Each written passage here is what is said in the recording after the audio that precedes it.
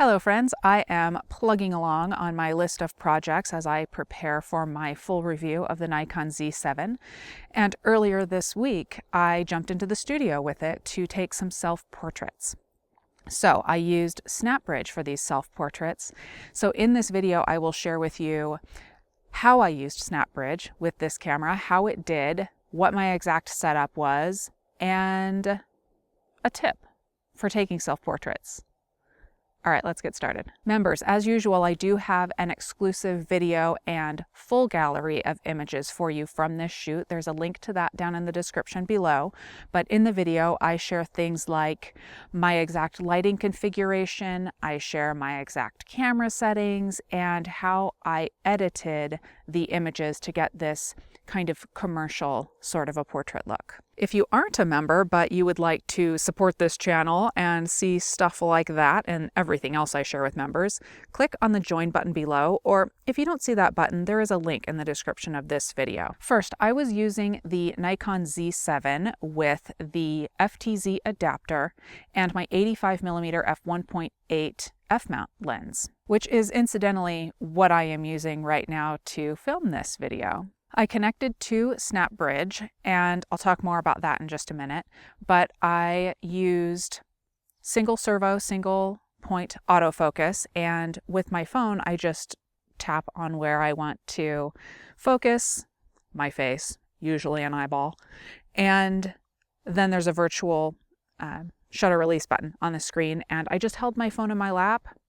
I would focus on myself, hold my phone in my lap, tap the button, and the photo would be taken. There is an option in SnapBridge to use a delayed shutter release, kind of like a self-timer. I think you can go up to 2 seconds. I will put up on the screen if that's incorrect, but you can, if you want to have your hands in the shot, if you want to not have the phone in the shot, if it's more than just, head and shoulders, kind of like how my photos were, you can press that button, put the phone down, and be able to get a shot without the phone in the shot. I didn't worry overly much about white balance because I was shooting in RAW plus JPEG. I knew that I would want to use the RAW files later on for editing. But here's an original JPEG image straight out of the camera. I used a close enough white balance, and I used the portrait picture control. And then here is the same image after I edited the RAW file. Now, it's no surprise that the images are crisp and clean. It was no surprise that I had lots of latitude when editing the RAW image to create the look that I had envisioned for the finished product. The camera had no problems focusing on me. In fact, I didn't have any photos at all where the camera missed focus at all. SnapBridge did really well. It was a quicker setup process than with my other Nikon camera that I've used SnapBridge with, the D500. And SnapBridge stayed connected the entire time I was shooting, which is also a change. It tended to drop out at some point in previous photo shoots. But while I still feel like SnapBridge could use some improvements, I wish it was a little bit faster to set up. I feel like you have to kind of do a number of things to get it set up. I wish it was just a little bit easier. It was a lot easier than it has been in the past. It did stay connected the whole time. I do feel like there's a good amount of usability and being able to change settings in the app itself. So good news on SnapBridge. I will continue to use it though with the Z7 just to make sure that everything is as it was on this first time using it. I get quite a number of viewers asking me about self-portraits. It's pretty much how I built my business, so I'm pretty experienced with them. So let me give you 2 of my tips for successful self-portraits. Number 1, frame the shot wide. When you are using any of the fairly newer cameras, like the Z7, if you frame it wide, you can crop later in post-processing to get the exact composition that you want, while still being you don't have to worry about composition during the shoot. You don't have to worry about if you put your hand up or if somebody moves, if you're doing a family photo shoot. If somebody moves a little bit, you don't have to worry about them stepping out of the frame. So crop or frame wide, crop a little bit later in post-processing. And 2, how to trigger your photos. Using a remote, like using an app, Canon has an app, everybody has an app. So, and many of the newer cameras have ability to use Wi-Fi or Bluetooth to connect wirelessly to the whatever, free app is on the phone. There's also dedicated wireless triggers. There's also wired triggers. Those are all great, and you have more control over, exactly when you're taking the photo by actually physically pressing a shutter release button.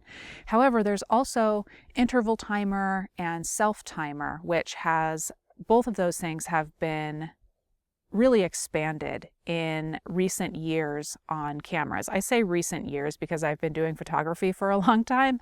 I would say, excuse me, since I started Snapchick in the last 9 years, it has gotten a lot better. So you have a lot of flexibility with interval timer or self timer to choose how many photos you want in any given go. So you can you can set up your time in between each shot, how many shots is taken each time, how many total there are, press the shutter release button, run in front, and you can actually be here for a little while posing. Your whole family can be posing, and you don't have to run back and forth to the camera as many times. So since I was testing out the camera, I did actually put Raymond in the hot seat, and I took a few photos of him. He was a really good sport and wore the flower crown that I made because I hate making things and then only using them once. But I wanted to see how it kind of felt behind the camera, even though I had realized that the Z7 was quite responsive and it did really well in the studio with finding focus and everything in a fairly low light situation. I still wanted to see how it felt with the camera in my hands taking the photos. It's very responsive, it's quick with autofocus, it just gets out of the way and it does its job, rather than being a camera that kind of I'm constantly fiddling with, or I need to find the right focus point or whatever. It just did a great job.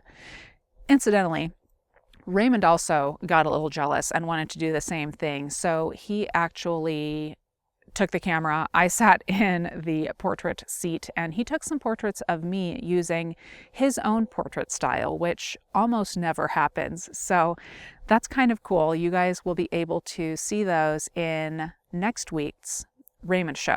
If you don't know what the Raymond show is, I'll put a link to it up above, but Raymond has just recently started to do a weekly show on my channel. So that's cool. And if you're interested in those, stay tuned next week. Now, if you've watched my channel for a while, you may have recognized this portrait theme, the whole Frida Kahlo looking flower crown and portrait.